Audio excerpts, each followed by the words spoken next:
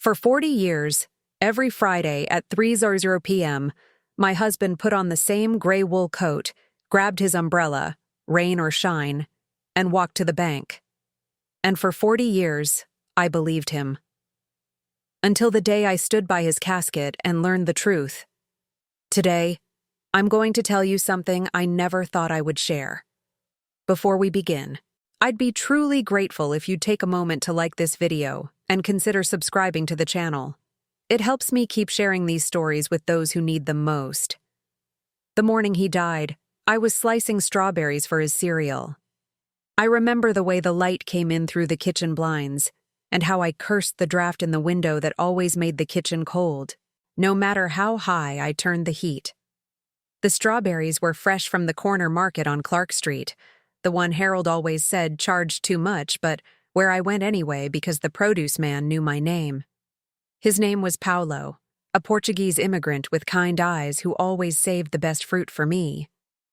For Mrs. Brennan, he'd say with a smile. Only the sweetest. I was humming something.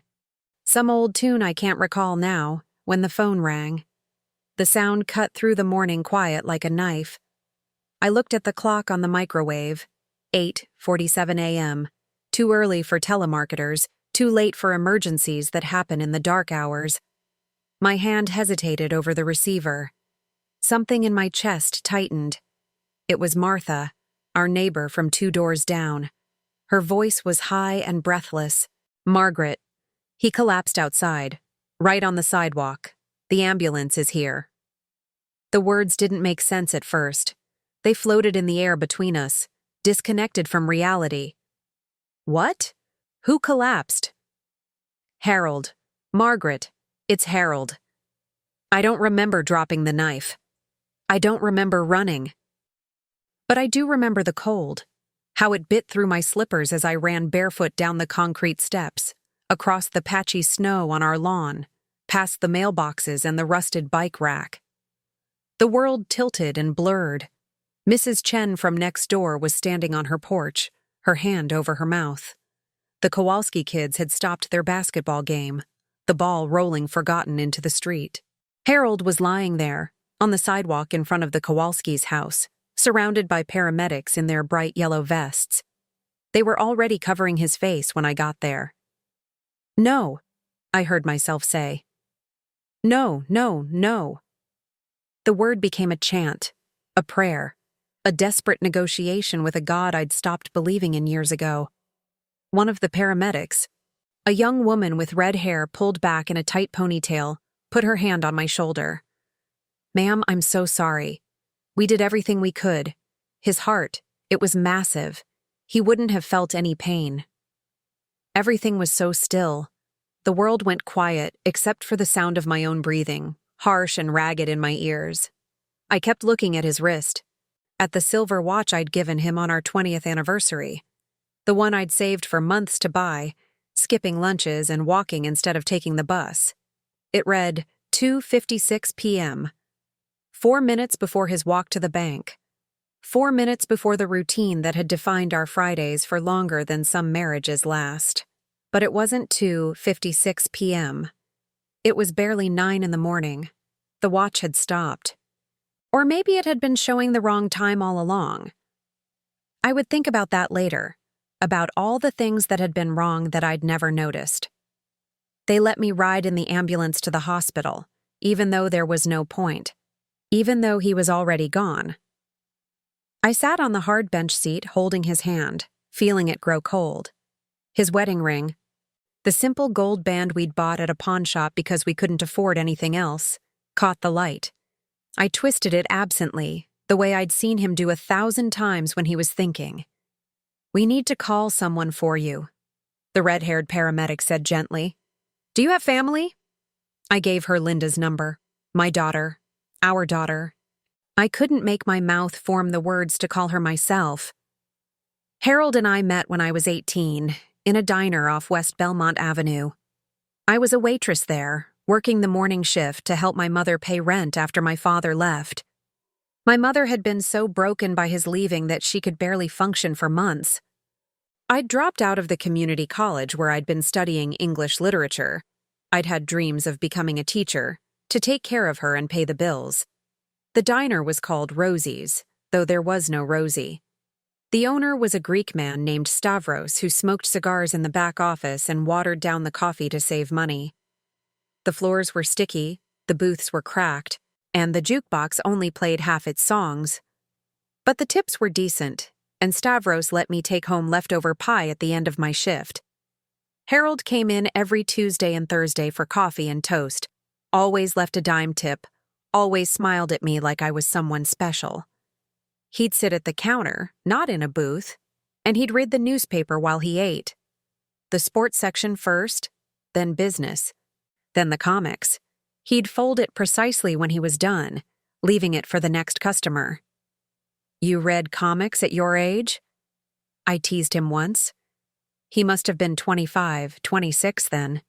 He looked up, and his eyes crinkled when he smiled.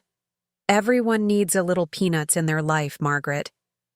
He knew my name from my name tag, but hearing him say it made my heart skip. "Most people just call me Maggie," I said, wiping down the counter even though it was already clean. "I'm not most people," he replied, and then quieter, almost shy. "Margaret is prettier." One Thursday, he left his number on a napkin under the dime. The napkin had a coffee ring on it, and his handwriting was careful, deliberate. I called him that night from the payphone on the corner, my hands shaking so badly I could barely dial. We talked for 45 minutes until I ran out of quarters. We were married 6 months later, in a small ceremony at City Hall. My mother was there, wearing her best dress and crying silent tears. Harold's Uncle Joe came, smelling of whiskey and concrete dust. A stranger took our photo on the courthouse steps. I wore a cream-colored dress I'd bought at Marshall Field's on sale, and Harold wore a suit borrowed from his roommate. We looked happy. We were happy. He worked 2 jobs when we were young. Nights at the factory on the south side, weekends helping his uncle with drywall. I'd wait up for him when he worked the night shift, even though he told me not to. I'd hear his key in the lock at 3 a.m., and I'd get up to warm his dinner, leftovers kept in the oven on low heat. We'd sit at our tiny kitchen table in our tiny apartment, and he'd tell me about his shift while I watched his face, memorizing every detail. I stayed home with the kids, first Danny, then Linda 2 years later. I sewed patches on their jeans, cut coupons from the Sunday paper, made one pot roast stretch across 3 meals. We never had much, but we had enough. Harold made sure of that. He was steady, reliable, the kind of man who showed up. When Danny was born, Harold cried. I'd never seen him cry before. He held our son with such tenderness, such fear in his eyes. "I'm going to be a good father," he whispered, more to himself than to me. "I'm going to do this right." I thought it was sweet, the way all new fathers are nervous. I didn't know he was making a promise to someone else. Every Friday, without fail, he'd put on that gray coat and say, "Bank run, Maggie." And I'd nod, maybe remind him to pick up milk on the way back, and he'd kiss my cheek and walk out the door. It was routine, sacred even. I never questioned it. Why would I? He was managing our money, making sure we were secure. That's what husbands did. The coat itself was old, even when he first bought it. He'd gotten it at a second-hand store in 1985, the same year Danny started first grade. "It's good quality," he'd said, showing me the label. "It'll last." And it did. 40 years of Fridays, and that coat barely showed wear. He took care of it like it mattered, brushing it carefully. Having it dry cleaned twice a year? I used to joke that he loved that coat more than me. He'd laugh and pull me close. "Nothing in this world matters more than you, Maggie." The lie tasted like love on his lips. Even when money was tight, and it was tight often, especially after the factory laid him off in '92, I never asked him to skip it. That year was brutal. We'd had to sell Danny's saxophone, the one he'd been learning to play in school band. I'd cried in the bathroom while Harold held me. "We'll get another one," he promised, When things get better. Things got better, but we never got another saxophone. Danny lost interest, or maybe he just learned not to want things. Is it worth the gas every week? I once asked, when we were down to our last $20 before his unemployment check came through. He smiled, that gentle smile that made his eyes crinkle at the corners, and said, "Some habits are sacred, Maggie. This one keeps us afloat." I believed him. God, I believed everything he said. He'd return an hour later, sometimes two.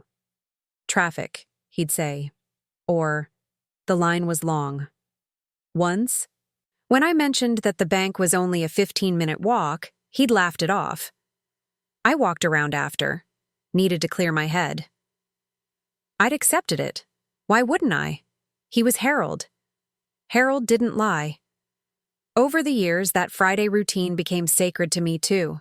It was proof that something in our lives never changed, never faltered. The kids grew up and moved away. Danny to Seattle for some tech job I never fully understood, something about cloud computing and servers. He tried to explain it once over Thanksgiving dinner, but it was like he was speaking another language. Linda moved to the suburbs with her husband Brad, a certified public accountant with thin lips and a firm handshake who called me Mrs. Brennan even after 10 years of marriage to my daughter. They had 2 kids we barely saw, Emma and Ethan, twins who were now in middle school. Linda would send photos at Christmas, professionally taken portraits with everyone in matching sweaters. The kids always looked uncomfortable, their smiles stiff. "Why don't they visit more?" I asked Harold once, after another Christmas card arrived with no invitation to visit. He'd looked up from his newspaper. "People get busy, Maggie. They have their own lives." "We're their lives, too," I'd said, but he'd just shrugged and gone back to reading. The neighborhood changed. The corner store where I'd bought those strawberries became a Starbucks, then a vape shop, then something else. Mrs. Chen's husband died. The Kowalskis divorced and sold their house to a young couple with a dog that barked at all hours. Our friends moved to Florida or passed away. Doris and Frank from across the street retired to Tampa. They sent postcards for the first year. Then nothing. I heard from Martha that Doris had dementia now, didn't remember Chicago at all. George and Helen, who'd lived next door for 30 years, both died within 6 months of each other. Harold and I went to both funerals. I remember thinking how romantic it was, how they couldn't bear to be apart. Now I wonder if secrets died with them too, if Helen ever knew about the weeknight poker games where George lost their savings, if George ever found out about the letters Helen kept from her high school sweetheart. But every Friday, Harold walked to the bank. And every Friday, I knew exactly where he was. Or thought I did. After his death, strange things began to surface. Things that didn't fit the neat pattern I'd built in my mind. The funeral was on a Wednesday. It rained, which seemed fitting. The funeral home smelled of lilies and furniture polish. They'd put Harold in a dark suit I'd never seen before. Linda had picked it out, said his everyday clothes weren't nice enough. I wanted to argue, to say that Harold would have hated being dressed up like someone he wasn't, but I was too tired to fight. People came, more than I expected. Neighbors, old co-workers, people I didn't recognize. They filed past the casket, some crying, some just nodding solemnly. They said the things people always say. He was a good man. He's in a better place. Let me know if you need anything. An older woman with silver hair approached me during the viewing. She was elegant, wearing a black dress that looked expensive. "Mrs. Brennan," she said softly, "I'm so sorry for your loss. Harold spoke of you often." "Thank you," I replied automatically. "How did you know my husband?" Something flickered across her face. "From the neighborhood. I should go." She turned and left quickly, and I never saw her again. I would think about her later, wonder if she'd been Elizabeth, if she'd come to see the man who'd loved her son for 40 years. The bank called me 3 days after the funeral. A woman with a nasal voice and too much sympathy said, "Mrs. Brennan, I'm so sorry for your loss. You'll need to come in to close his account, and we need to discuss the safety deposit box." I was folding laundry when she called. Harold's shirts. I'd washed them before the funeral, even though he'd never wear them again. Habit. "What box?" I asked. My voice sounded far away, like it belonged to someone else. There was a pause on the other end. The kind of pause that stretches too long, that signals something wrong. "Box 107. It's been active since 1985. You'll need to bring identification and the death certificate." 1985. The year he bought the coat. The year he started the Friday walks. The year everything I thought I knew began. I went to the branch on a Tuesday morning, shaking so hard I could barely sign my name on the forms. The pen kept slipping in my sweaty grip. I hadn't been to this bank in years. Harold always handled it. "Why should both of us waste time?" he'd say. "You have better things to do." Better things, like cooking and cleaning and waiting. Like being grateful for his management, his care, his lies. The teller, a young man with kind eyes and a name tag that read James, led me to a small room with gray walls and fluorescent lights that buzzed overhead. The sound reminded me of a trapped fly, desperate and grating. He unlocked the box, long and metal, like a small casket, and left me alone. "Take your time," he said softly, closing the door behind him. Inside were 41 journals, leather-bound, each one identical except for the dates stamped in gold on the covers. Each labeled Fridays in Harold's careful handwriting. The leather was supple, expensive. These weren't drugstore notebooks. These had been chosen with care, purchased with intention. I opened the first one, dated January 1985. My hands trembling so badly the pages rustled. The paper was thick, cream-colored.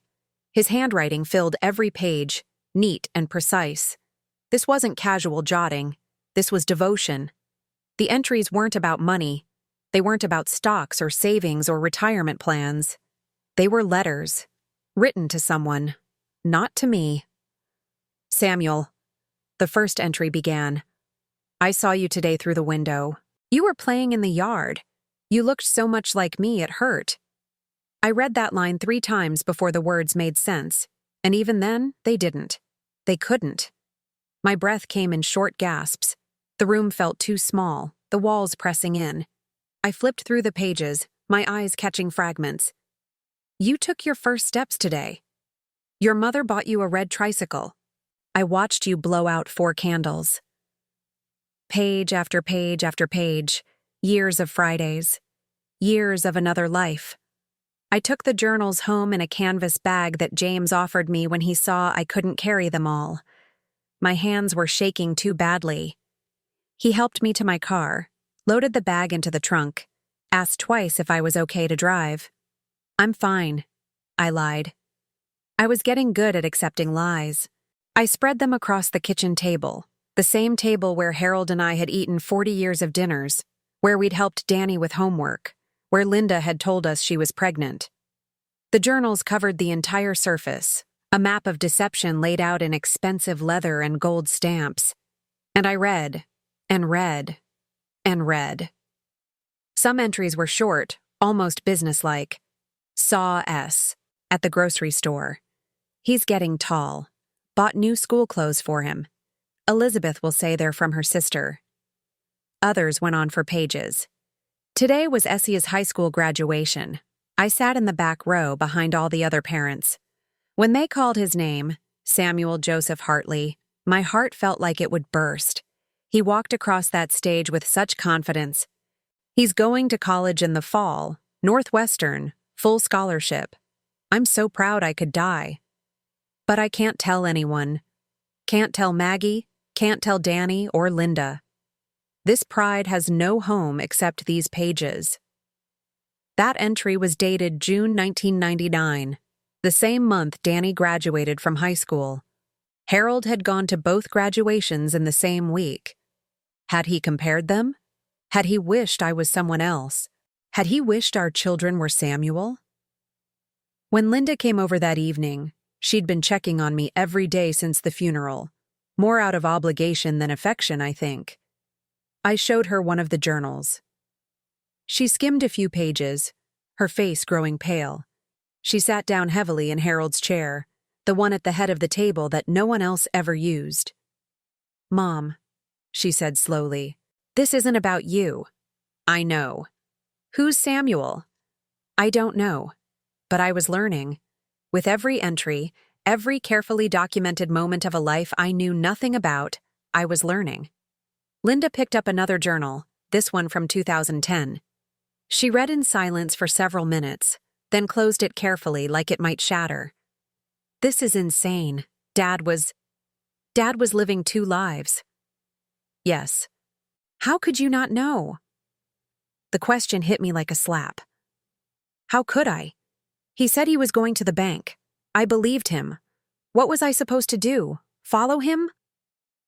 "Maybe?" Linda's voice was sharp. "Maybe you should have asked more questions. Maybe you should have paid attention." I felt something crack inside me. "Don't you dare blame me for this. Don't you dare make this my fault." She had the grace to look ashamed. "I'm sorry. I don't understand any of this." Danny called later that night. Linda had told him.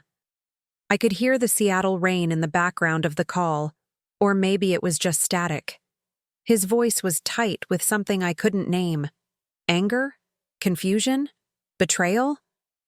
"Dad never mentioned anyone named Samuel. Never. Are you sure these are his?" I was sure. I knew Harold's handwriting better than my own. I'd seen it on birthday cards, grocery lists, notes left on the refrigerator.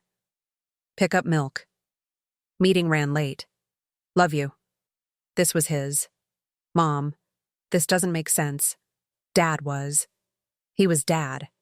He wasn't the kind of guy to have secrets. Apparently he was. My voice sounded hollow.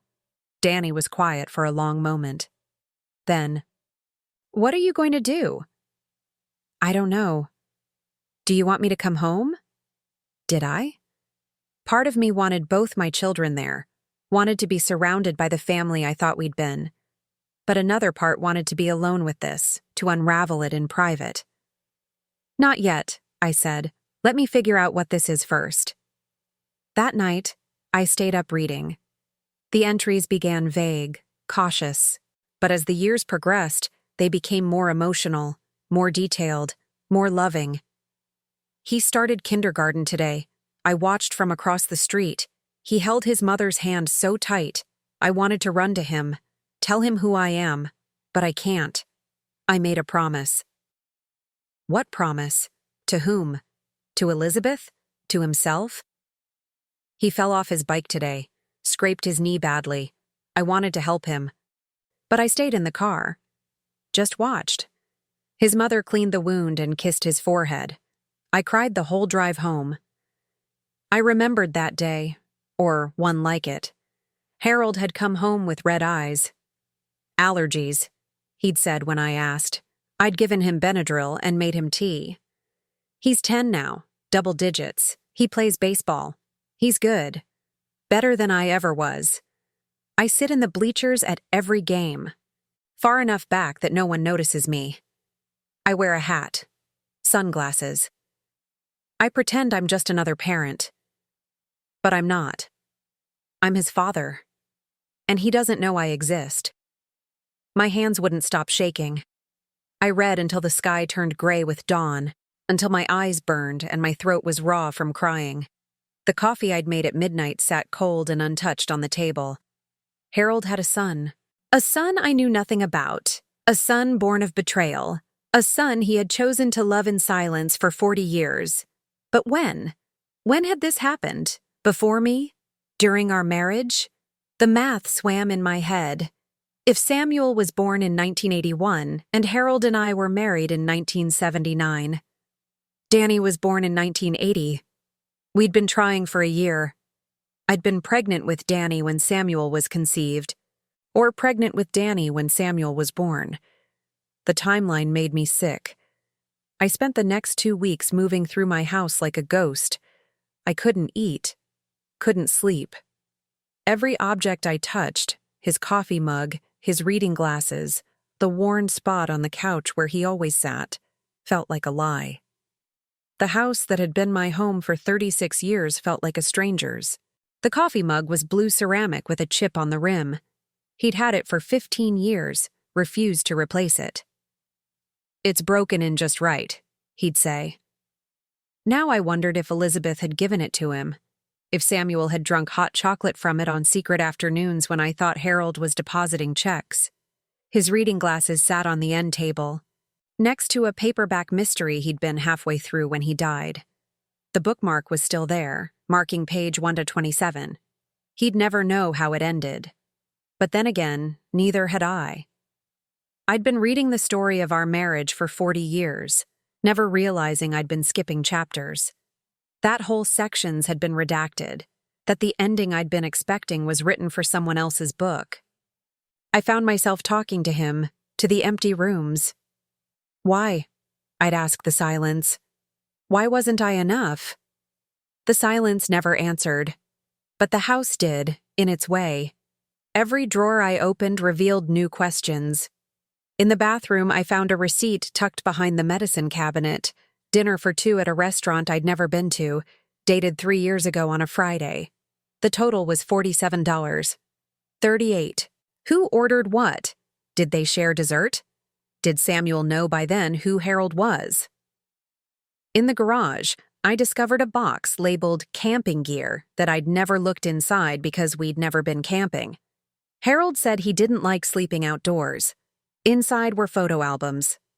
Not our photo albums. These were different, cheaper, the kind you buy at the drugstore. They were filled with pictures of Samuel. Hundreds of pictures. Thousands, maybe.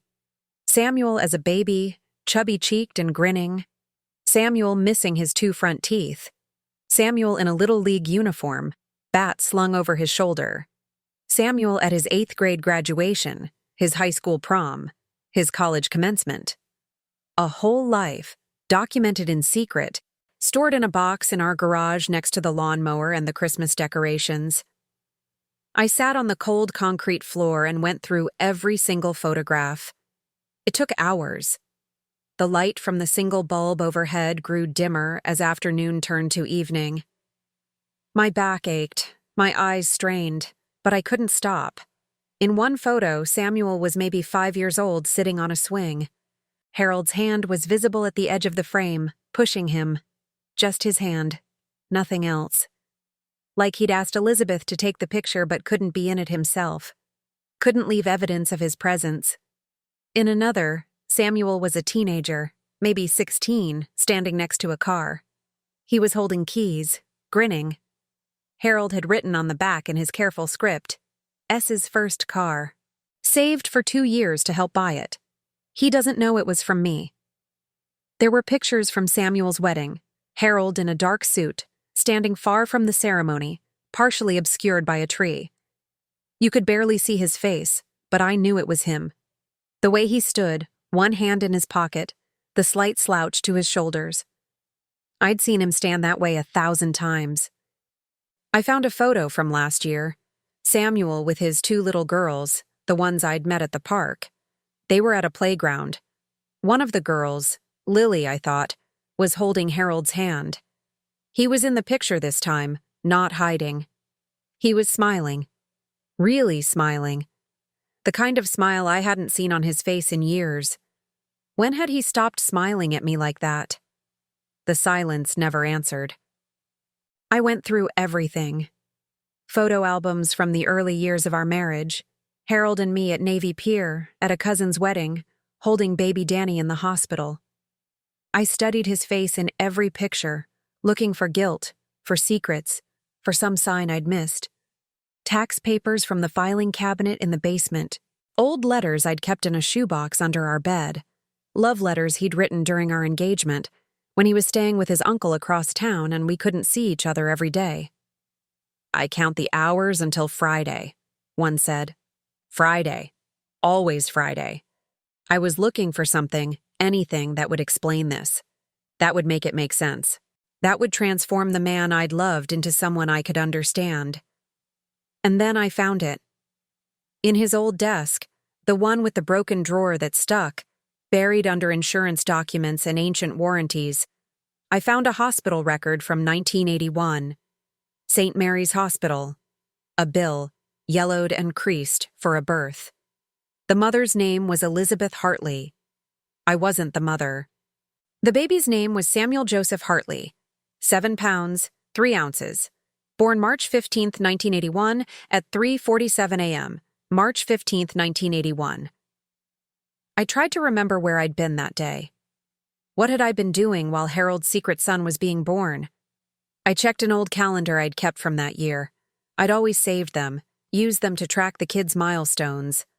March 15, 1981. I'd written, Danny's first birthday party, made chocolate cake. H came home early from work to help set up. He'd been there. He'd been at our son's first birthday party while his other son was being born across town. How had he managed that? Had he called the hospital from our kitchen phone while I was frosting the cake? Had he held Danny and thought about Samuel? My chest felt like it was caving in. I sat on the floor of our bedroom, the paper trembling in my hands, and I let myself feel it. All of it. The betrayal, the humiliation, the rage. But more than anything, I felt erased. Like 40 years of my life had been a performance, and I'd never even known I was on stage. I called Martha. I didn't know who else to talk to. Linda would judge me, Danny would try to fix it, but Martha was just a neighbor, someone who'd known us but didn't have a stake in the story. Martha, I said when she answered, did you know Harold had another son? She was quiet for so long I thought she'd hung up. Then, oh, Margaret. You knew? No, not for certain. But there were rumors. Years ago. Someone said they'd seen him across town, with a woman and a child. I didn't want to believe it. Didn't want to hurt you with gossip. I'm already hurt. I know. I'm so sorry. After I hung up, I wondered who else had known. How many people had seen Harold's double life and said nothing? How many of the sympathy casseroles and funeral flowers had come from people who knew I'd been made a fool? I took a cab to the address listed on the hospital record. It was in a neighborhood on the northwest side, modest houses with chain-link fences and cars parked on the lawns. Working class, like the neighborhood where I'd grown up. Aluminum-sided houses with small porches, yards cluttered with toys and car parts. I stood on the porch of a small brick bungalow, my finger hovering over the doorbell, my heart hammering so hard I thought I might be sick. I could leave. I could turn around, go home, pretend I'd never found the journals. I could preserve the version of Harold I'd loved, let him stay dead as I'd known him. But I rang the bell. An elderly woman answered. She had gray hair pulled back in a bun and wire-rimmed glasses. When she saw me, her face went white. The color drained so quickly I thought she might faint. She grabbed the doorframe. "You're Margaret," she said. It wasn't a question. My heart stopped. "How do you know my name?" She stepped back, one hand on the doorframe like she might fall. I told him not to do this. I told him it wasn't fair. But he never stopped visiting him, never missed a Friday. The way she said Friday made my knees weak. "Who?" I whispered, though I already knew. "Your husband's son." She said it gently, with something like pity in her eyes. "Are you Elizabeth?" She shook her head. "No. I'm Elizabeth's mother. I'm Samuel's grandmother. Elizabeth died 4 years ago. Cancer. 4 years ago." I tried to remember if Harold had been different then, if he'd grieved. He'd been quiet for a few weeks in the spring of 2019. Said he was tired. Stressed about something at work even though he'd been retired for years. I'd made him soup, told him to rest. He'd never mentioned that the mother of his child had died. "Can I come in?" I asked. She hesitated, then nodded and stepped aside. The house was small but tidy. Photos covered the mantel, a young woman with dark eyes holding a baby, A boy on a bicycle, a teenager in a cap and gown. Samuel. A whole life in frames. "I'm sorry," she said, gesturing to a floral couch. "I don't know what to say to you." The couch was old, the fabric worn thin in places. I sat down carefully, my purse clutched in my lap like a shield. On the wall above the television was a portrait of Elizabeth. She must have been in her 20s when it was taken. She was beautiful, dark hair, luminous eyes, a smile that seemed to hold secrets.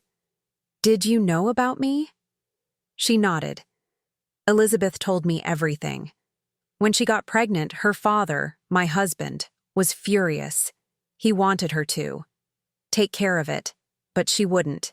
She loved Harold. Thought he'd leave you, marry her." The room tilted. He was going to leave me? That's what she thought. But when she told him she was pregnant, he couldn't. He said he loved you, that he'd made vows. He promised Elizabeth he'd help with the child, financially and otherwise, but he couldn't leave you. I felt like I was underwater, sounds muffled and strange. So she had the baby alone? I helped her. We told everyone she'd moved away to study, came back with a baby and no husband. People talked, but what could we do? Harold would visit, bring money, toys. He was devoted. For 40 years. For 40 years, she agreed. We sat in silence for a moment. The house settled around us with small creaks and sighs. Somewhere a clock ticked. I could hear traffic from the street, children playing in a nearby yard. Then she said, "He loved that boy, loved him desperately. It nearly killed him, I think, watching from the shadows. But he did it. Every Friday, he came." "Every Friday," I repeated. My voice sounded mechanical, disconnected. While I made dinner and waited, while I ironed his shirts and packed his lunch, while I slept next to him every night and never knew. Her face softened with something that might have been pity. "Elizabeth felt guilty, you know. Toward the end. When she was dying, she talked about you. Said she'd stolen something from you that she could never give back." "What? My ignorance? My peace of mind?" "Your trust," she said quietly. She said Harold talked about you sometimes. How you believed in him. How you never questioned him. She said it ate at him, the lying. But he couldn't stop. Couldn't let Samuel go. I looked at the portrait of Elizabeth again. Did she ever marry? Have other children? No, she said Harold was the love of her life, that if she couldn't have all of him, she didn't want anyone. She dated a few men over the years, but it never lasted. Samuel was enough for her, and Harold's visits. She paused, then added, "She kept a journal too, you know, about the Fridays. About watching him arrive every week, watching him leave. About the life they could never have. Where is it? The journal?" I burned it. After she died. She asked me to. Said it wouldn't be fair to Samuel to read about his mother's heartbreak. Or to you, if you ever found out. But the journals Harold kept, those were okay to leave behind? Those were his choice, his burden to pass on. Elizabeth's were hers to destroy. I stood up. My legs felt shaky, but I needed to move, needed to do something with the energy coursing through me. I walked to the mantel, looked closer at the photos. Samuel at different ages, frozen in silver frames. Happy moments, preserved in glass. Did he come here, into this house? Sometimes.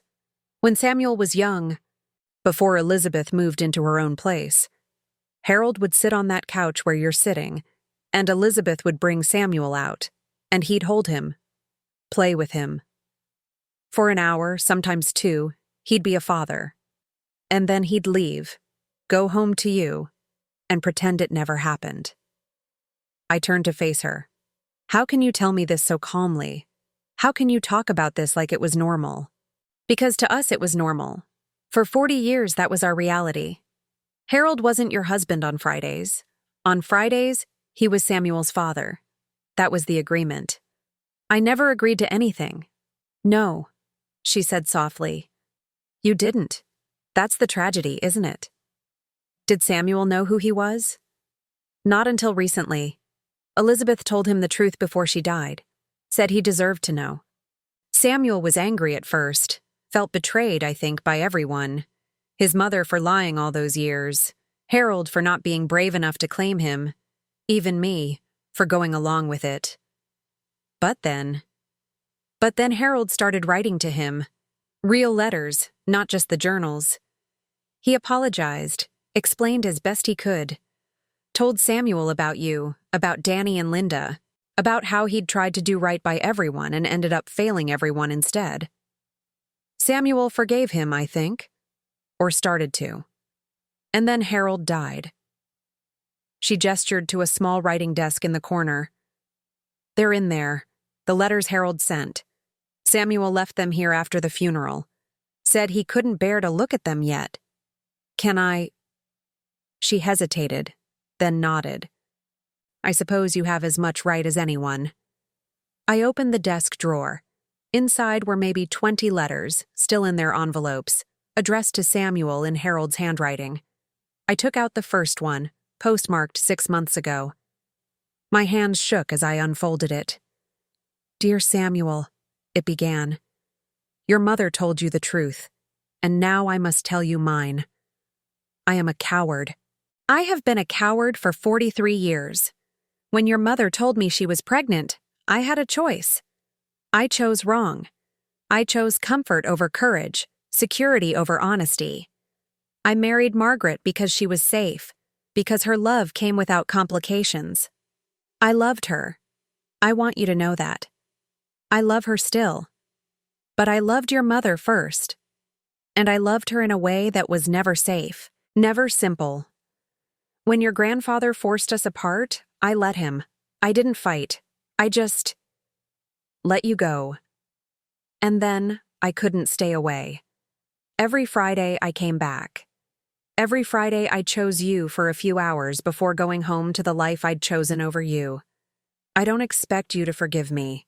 I don't forgive myself. But I want you to know that you were wanted. That every moment I spent with you, even from the shadows, was a moment I treasured. You are my son. You always have been.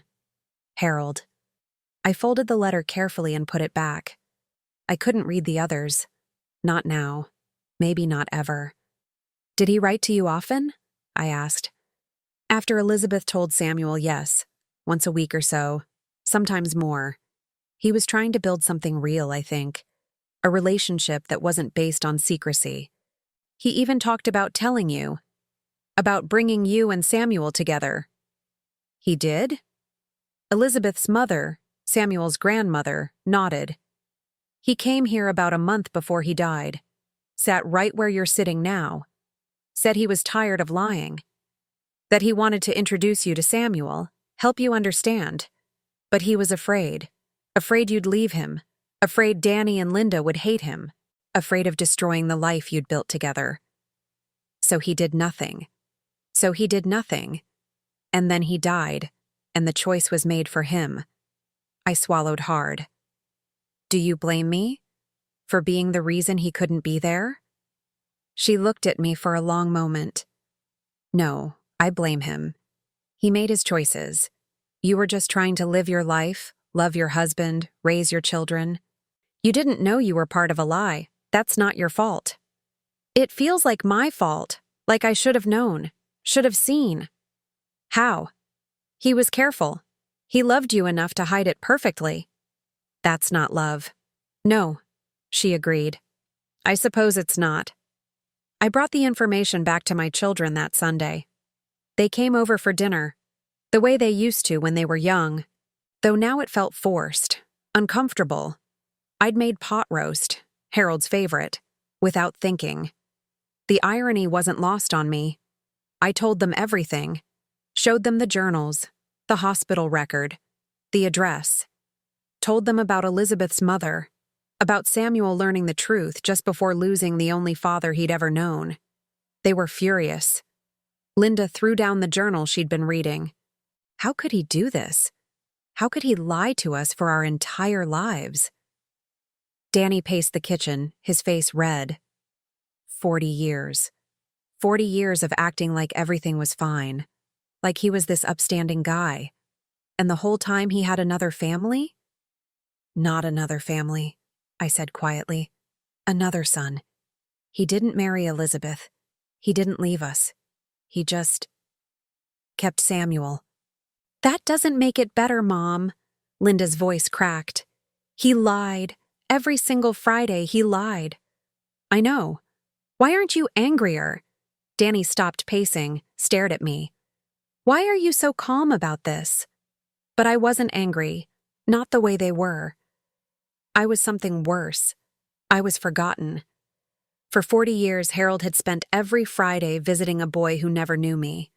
A boy born of betrayal, of a choice Harold made before our children were even born. A boy he chose to love in silence while I cooked his dinners and washed his clothes and believed every word he said. He chose us, Linda said, like she was trying to convince herself. He stayed. He didn't leave. Did he? I asked. Or did he just live in two places at once and we got the version that was left over after Samuel? That night, after the kids left, Linda crying, Danny slamming the door, I stood in our bedroom and looked at the wedding photo on the dresser. Harold in his cheap rented tux, me in my mother's altered dress. We looked so young, so hopeful, so stupid. I picked up the frame and studied his face. Who was he? Who had I married? The man who'd cried when Danny was born, or the man who'd cried in his car watching Samuel fall off a bike? The next Sunday, I drove to the cemetery.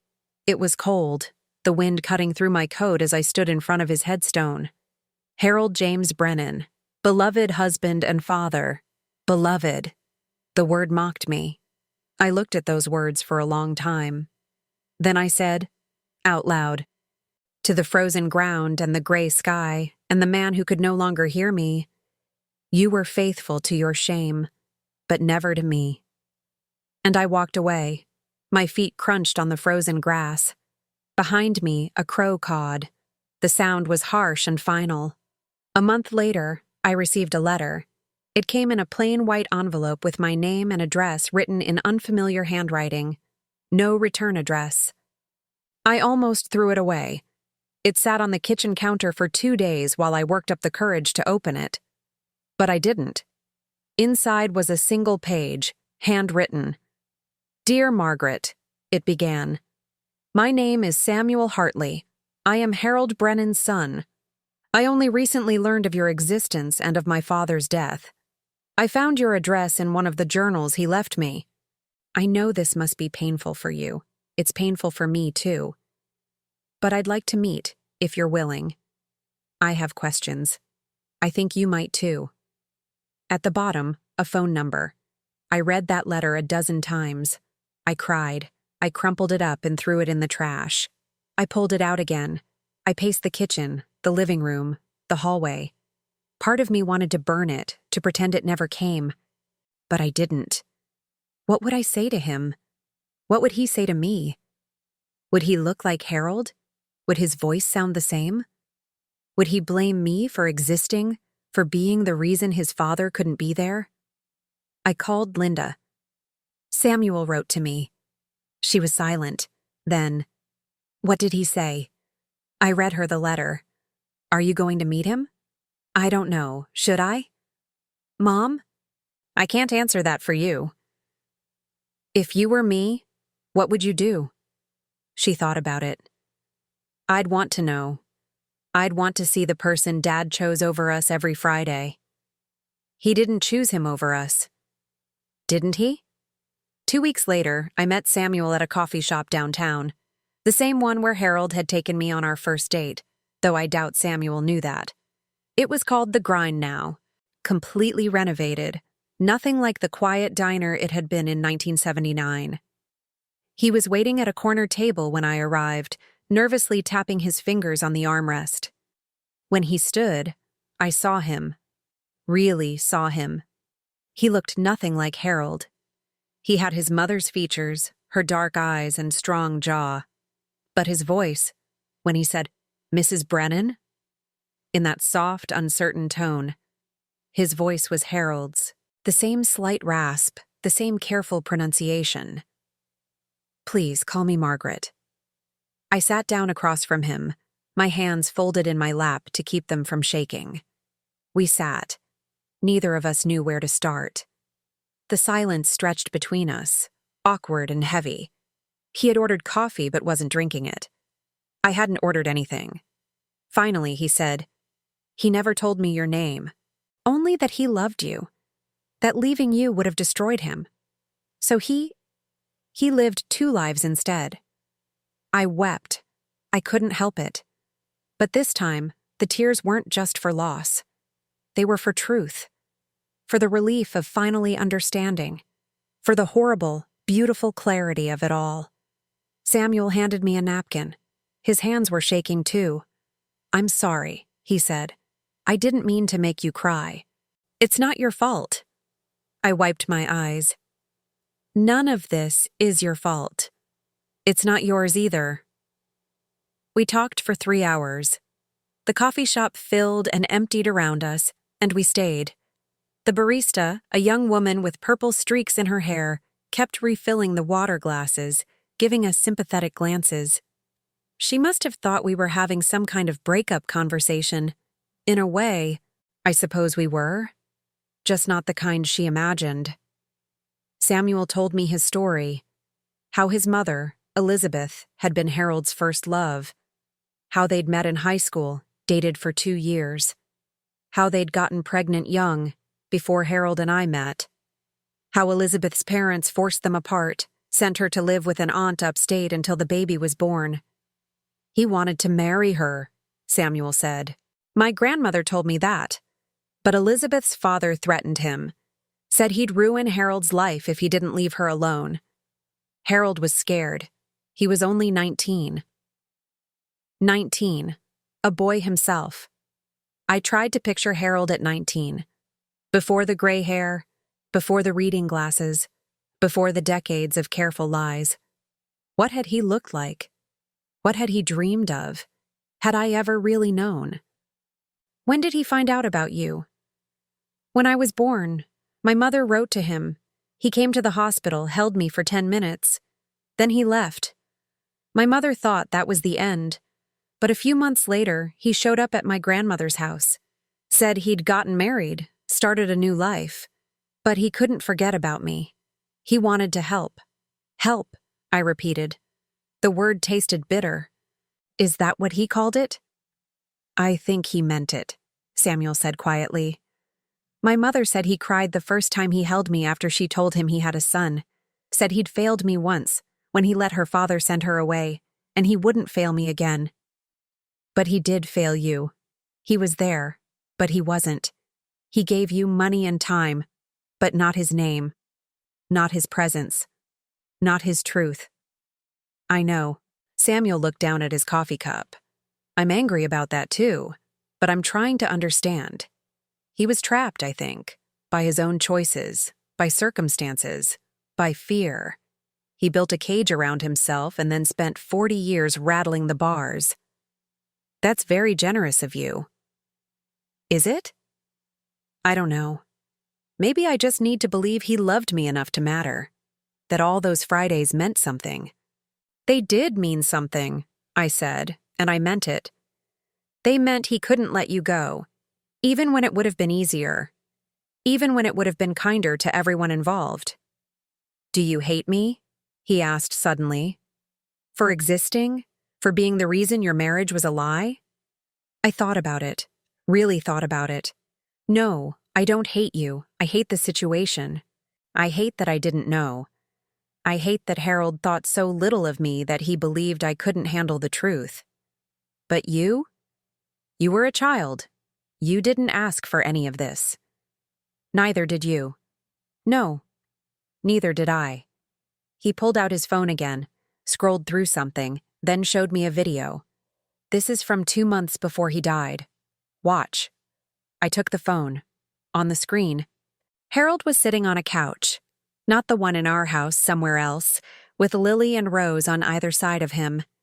He was reading them a book, The Cat in the Hat. I could hear his voice, that familiar cadence, doing different voices for the characters. The girls were giggling. "Read it again, Grandpa Harold," Lily said. Grandpa Harold. The words hit me like a physical blow. "They called him that," I whispered. "They'd just started. After my mother died and he told me the truth, we decided the girls should know him. Really know him. He'd been Mr. Harold their whole lives, just a family friend who visited sometimes. But then he became Grandpa Harold. They loved him." I watched the rest of the video in silence, watched Harold's face light up when Rose climbed into his lap, watched him kiss the top of her head, absent-mindedly, the way he used to kiss Linda when she was small. Watched him be a grandfather to children who should have been strangers. "He looks happy," I said. He was. Happier than I'd ever seen him. My wife Anna said he looked lighter somehow, like a weight had been lifted. Because he didn't have to hide anymore. Yes. I handed the phone back. "Did he ever talk about telling me? Before your grandmother said he was planning to?" Samuel hesitated. "Once, about 6 months ago. He came over for dinner. We'd started having dinners together, Friday dinners, and he said he wanted to tell you, wanted to introduce us. But he was terrified. He said you'd built your whole life on believing in him, and he was about to take that away. He already had taken it away. I just didn't know it yet." That's what I told him. I said it wasn't fair to you keeping it secret, that you deserved to know, but he was convinced you'd leave him, that you'd hate him. Maybe he was right. "Would I have?"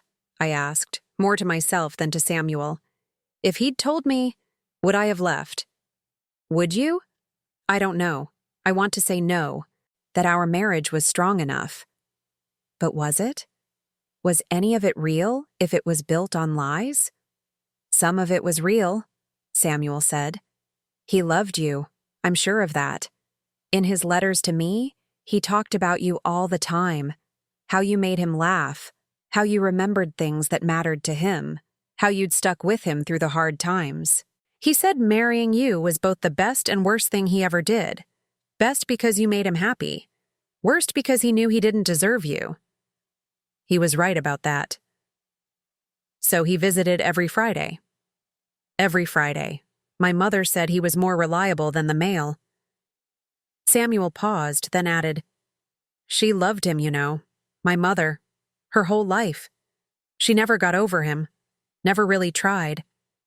My grandmother said it was sad, watching her wait every week for a man who belonged to someone else." "We were both waiting," I said softly. "Both of us, in our separate houses, waiting for the same man. Both believing he was ours." Samuel pulled out his phone, showed me pictures. Elizabeth as a young woman, beautiful and sad-eyed. Samuel as a child, a teenager, a man. Samuel's wedding. He'd gotten married 3 years ago. Harold had been there, in the back row. "I didn't know who he was then," Samuel said. "My mother just said he was an old family friend, but he cried during the ceremony. I remember thinking it was odd. Harold had come home that day and told me he'd been to a co-worker's daughter's wedding. I'd asked him how it was. Beautiful, he'd said. Made me think of Linda's wedding. Another lie in a lifetime of lies. What did he write in the journals? I asked. About me? Samuel looked uncomfortable. You really want to know? Yes. He reached into his bag, a worn leather messenger bag, and pulled out one of the journals. I recognized it immediately. 2015. He opened to a marked page and handed it to me. Margaret made pot roast tonight, it read. She knows it's my favorite. I don't deserve her kindness. I don't deserve her. When I came home from seeing Samuel today, she asked if I was okay. I looked tired, she said. I lied and said I was fine. She believed me because she always believes me, because she's good, because she trusts me, and I betray that trust every Friday. But I can't stop. I can't let Samuel go. I can't abandon him the way I was forced to abandon Elizabeth. So I live this lie, and I hate myself for it. But I do it anyway. I closed the journal carefully. He hated himself. Yes. But he didn't stop. No. We sat in silence. Then Samuel said, "He told me once that you were the best thing that ever happened to him, that he didn't deserve you." I never understood what he meant. Until now. I didn't know what to say. I still don't. "Do you hate him?" Samuel asked. I thought about it. Did I? I hate what he did. I hate the lies. But Harold. I don't know who Harold was anymore. The man I loved, or the man who could keep a secret for 40 years. Maybe he was both. Maybe. In the weeks that followed, I began to rebuild. Not the life I'd had. That was gone, irretrievable. But a new one. Mine. I started writing again, something I'd given up decades ago when the kids were young and there was never time. I'd always meant to go back to it, but somehow 40 years had passed and I'd never picked up a pen. Now I wrote every morning, sitting at the kitchen table with coffee and a notebook. I wrote about Harold, about the life we'd had, about the life I'd thought we'd had. I cooked meals I actually wanted to eat, not just what Harold liked. It turned out I didn't even like pot roast that much. I made salmon with dill, quinoa salads with cranberries, vegetarian stir-fries, food that was light and bright and mine. I joined a book club at the library, met women who didn't know me as Harold's wife, just as Margaret. We read contemporary fiction and met every other Tuesday at the library's community room. There was Joan, a retired teacher who made everyone laugh, Patricia, a widow who'd lost her husband to Alzheimer's, Denise, who'd never married and said she never regretted it. "It's nice to meet you, Margaret," they said. Not Mrs. Brennan, not Harold's wife, just Margaret. One Saturday, I took the train to the Art Institute. Harold had never wanted to go. He said museums were boring, a waste of time. Looking at old paintings? What's the point? But I'd always wanted to see the Impressionists, the way the light played on water in those paintings. I stood in front of a Monet for 20 minutes, just looking, just being. The water lilies floated in blues and greens and purples, and I felt something in my chest loosen. A young couple stood next to me, hand in hand. "It's beautiful," the woman whispered. "It is," I said. She smiled at me, and I smiled back. Strangers sharing a moment. No history, no lies, just beauty. Samuel and I began exchanging letters. Every Friday, a new ritual, one born not from secrecy, but sincerity. In his letters, he told me about his life. His work as a teacher, high school English, my old dream. His wife, Anna, and their 2 daughters, Lily and Rose, ages 5 and 7. He sent photos, 2 little girls with dark curls and Samuel's smile. My husband's grandchildren. Mine too, in a way. I sent some back, pictures of Danny and Linda, of Harold when he was young, photos from our wedding, from the kids' birthdays, from ordinary Fridays that hadn't been ordinary at all. "You should meet them," Samuel wrote once. "Your grandchildren. They'd like you." I cried when I read that. But I also smiled. We arranged a meeting at a park, neutral territory. Samuel brought Anna and the girls. Linda came with me for support. Danny wanted to come but couldn't get off work. Lily and Rose were shy at first, hiding behind their mother's legs. But when I pulled out the cookies I'd baked, chocolate chip, still warm, they ventured forward. "Are you our grandpa's wife?" Lily asked. "I was," I said. "He's dead," Rose said matter-of-factly. "Yes, he is." "We never met him," Lily said. "Daddy says he was nice." "He was," I said. And it was true. Harold had been nice, gentle, kind. He'd also been a liar. People could be both. Anna was gracious, if reserved.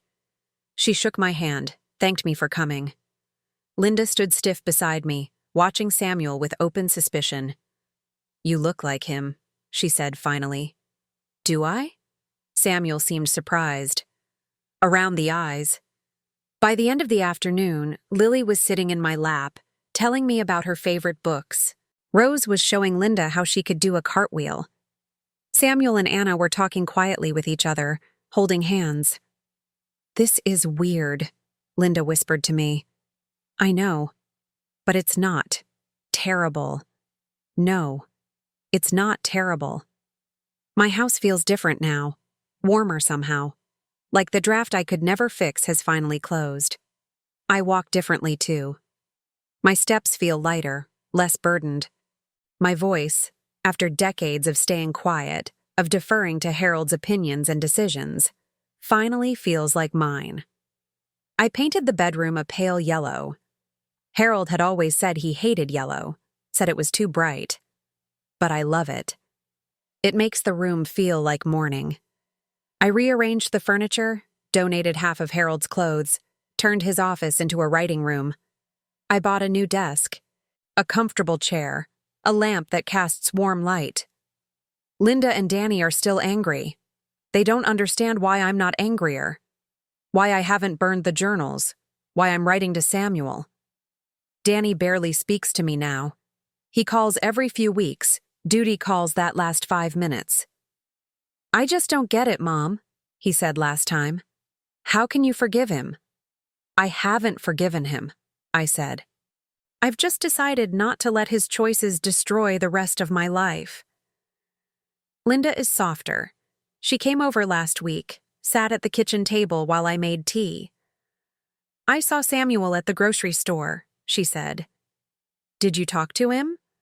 "No, but I wanted to. Is that weird?" "I don't think so. He's your half-brother."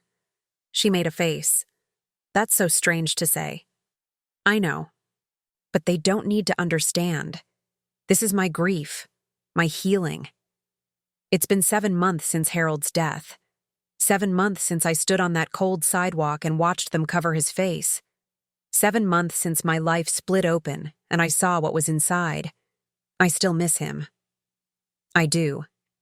I miss the version of him I thought I knew. The steady, reliable man who kissed my cheek every Friday and walked to the bank. But I don't miss the lies. I don't miss the half-life I was living, believing I knew everything when I knew nothing at all. Every Friday now, I light a candle. I sit at the kitchen table with a cup of tea and I think about all the things left unsaid, all the secrets kept, all the women who accepted too little for too long because they believed that was love. I think about Elizabeth, loving a man who could never fully be hers. I think about Samuel, growing up watching his father from a distance. I think about myself, faithful and blind for 40 years. I think about the fortune Harold quietly built, the money he set aside for Samuel over the years. Money I never knew existed. Investments in stocks, small amounts that grew over time into something substantial. There was more wealth there than I ever imagined. Dividends and returns carefully tracked in those journals, a separate account, a separate life. Some of it even held in assets I didn't understand. Bitcoin and cryptocurrency that Samuel explained to me over coffee. "He bought it early," Samuel said. 2012, 2013. It's worth a lot now." Harold had been preparing for a future I wasn't part of. Or maybe he was trying to build something for Samuel, something that would outlast the Friday visits, a legacy that couldn't be hidden in the shadows. The estate lawyer was shocked when it all came out. "Mrs. Brennan, did you know about these accounts?" "No. They're substantial. The cryptocurrency alone is worth over $300,000. $300,000, while I'd clipped coupons and worried about the electric bill." "What do you want to do?" the lawyer asked. "It's not mine," I said. "It was meant for Samuel."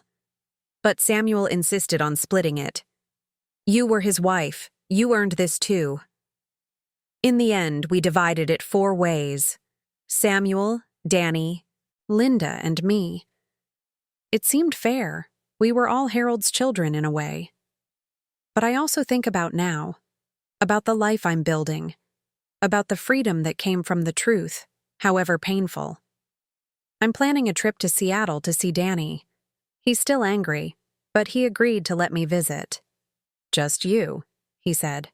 Not Samuel. Okay. I'm not ready for that. I understand. I bought a ticket for next month.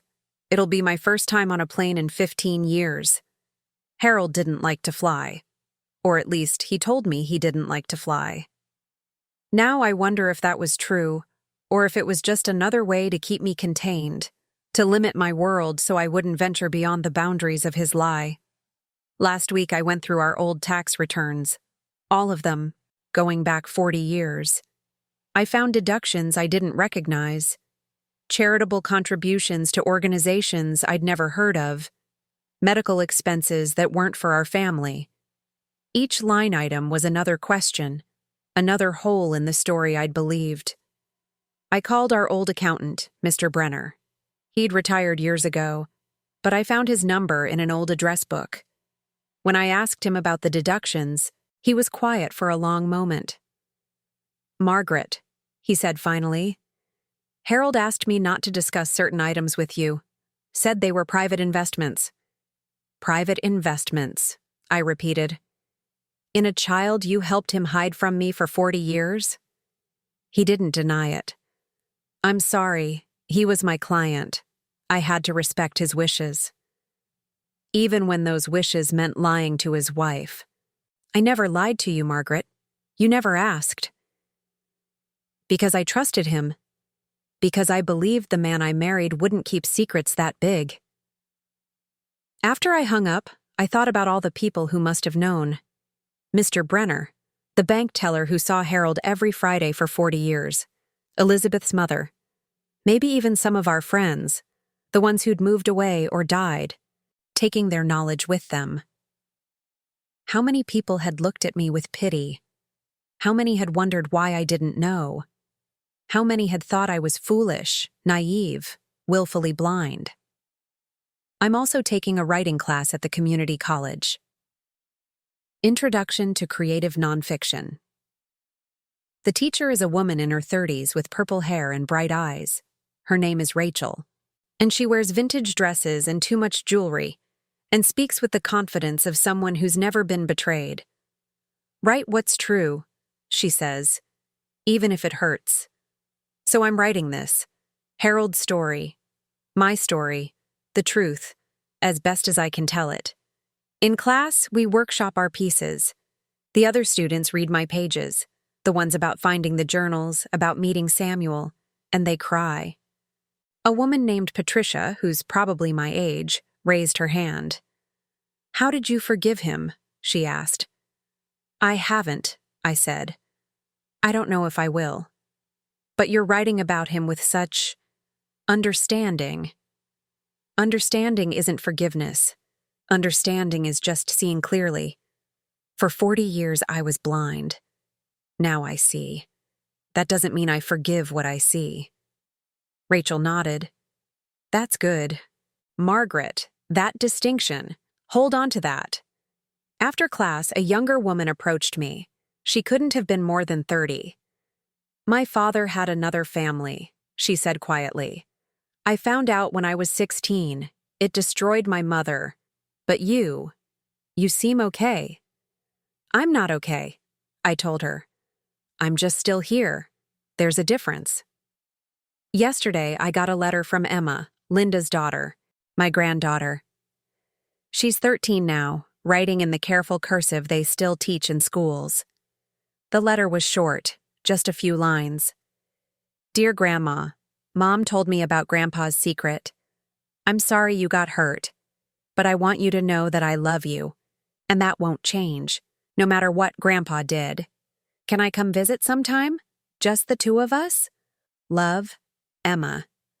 I cried when I read it. Called Linda immediately. Did you know she was writing to me? Yes, Linda said. I didn't stop her. She wanted to reach out. Thank you. Mom, I'm sorry.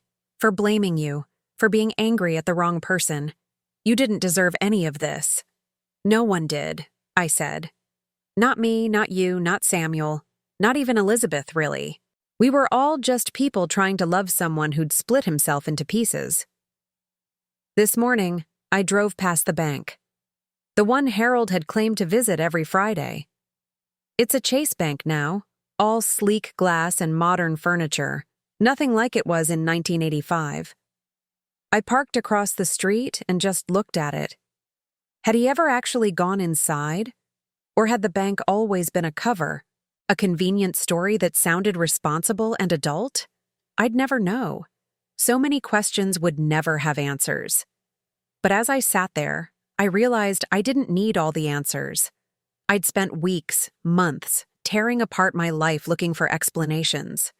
Looking for the moment I should have known, the sign I should have seen. But there was no single moment. There was no sign. There was just Harold, making a choice every single day for 40 years. And me, trusting him, believing in the life we were building together, not knowing he was building another one in the shadows. I'm learning that I can hold two truths at once. Harold loved me. Harold betrayed me. Our marriage was real. Our marriage was a lie. I was a good wife. I was a convenient excuse. All of it is true. All of it is painful. And all of it is mine to carry now. But I'm also learning that I don't have to carry it alone. Samuel sends me letters every Friday, and I write back. We're getting to know each other slowly, carefully. He sends pictures of Lily and Rose. I send pictures of Danny's new apartment in Seattle, of Linda's family. We're connected now, he wrote in his last letter. Not by Harold, but by the truth. That's stronger than any lie. I think he might be right. Next month, Danny's coming home for Thanksgiving, and he's bringing someone, a girlfriend I didn't know he had. Her name is May, he said on the phone, and I told her everything, about Dad, about Samuel, about all of it. She still wants to meet you. Why wouldn't she? Because it's complicated, Mom. Our family is complicated. All families are, I said. We're just more honest about it now. And that's the truth I'm learning to live with. Not the neat, simple truth of the life I thought I had, but the messy, complicated truth of the life I actually lived. I'm 71 years old. For 43 years, I was married to a man I didn't fully know. I spent those years cooking meals, raising children, building a home, believing in a future that was already fractured. I wasted time. I wasted trust. I wasted myself on a half-truth. But I'm not wasted. Not yet. There's still time. I enrolled in that class I dropped out of when I was 18. English literature. The community college offers it online now, so I can study from home.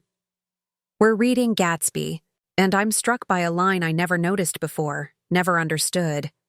So we beat on, boats against the current, borne back ceaselessly into the past.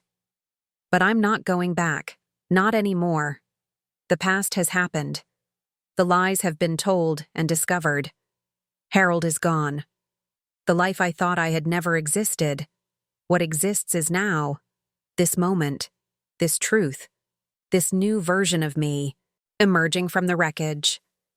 Sometimes, late at night, I still reach for him.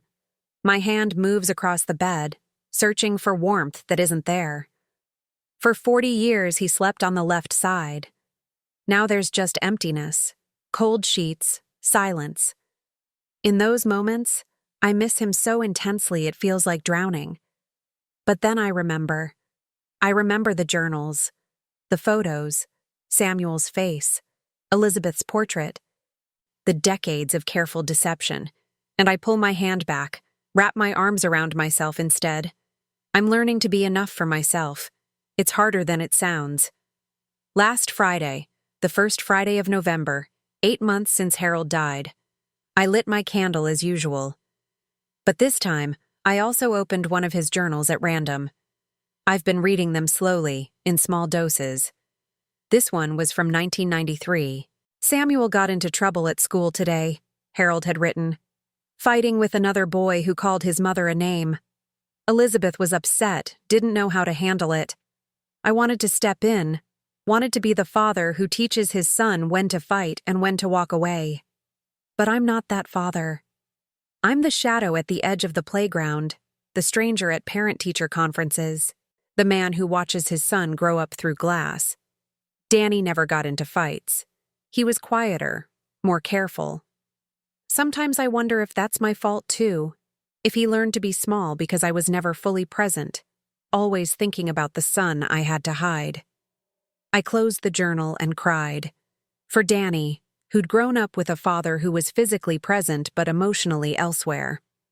For Samuel, who'd grown up with a father who loved him from a distance. For Harold, trapped in a prison of his own making. For Elizabeth, loving a man who could never fully be hers. And for myself, for the 40 years I'd lived in a marriage that was real and wasn't, true and false, love and lie all at once.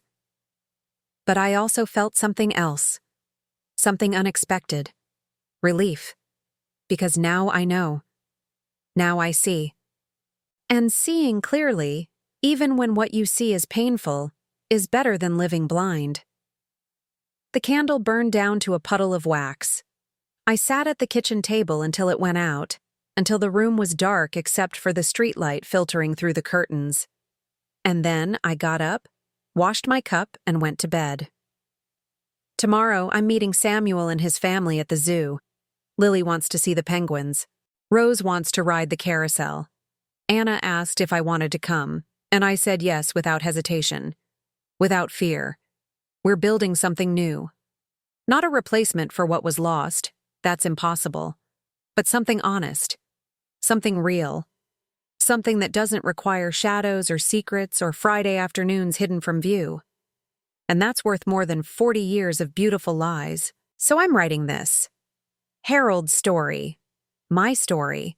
The truth, as best as I can tell it. I'm writing it for the women who wait at home, trusting. For the children who grow up not knowing they have siblings. For the people who discover, too late, that the life they knew was built on sand. I'm writing it because someone needs to say, you can survive this. You can find yourself on the other side of betrayal. You can build a life from the rubble. It won't be the life you planned. It won't be the life you wanted. But it can be yours. Fully, completely, honestly yours. And maybe that's enough. Have you ever discovered a secret after someone passed? One that made you question everything you thought you knew? Tell me in the comments. And if this story moved something inside you, if it made you think about your own life, your own choices, please like and subscribe. It keeps me going. It helps me know I'm not alone in this. That maybe my story can help someone else find their way out of the shadows, because that's where I am now. Out of the shadows. Standing in full sunlight. Finally seeing clearly. It's terrifying. It's liberating. It's mine.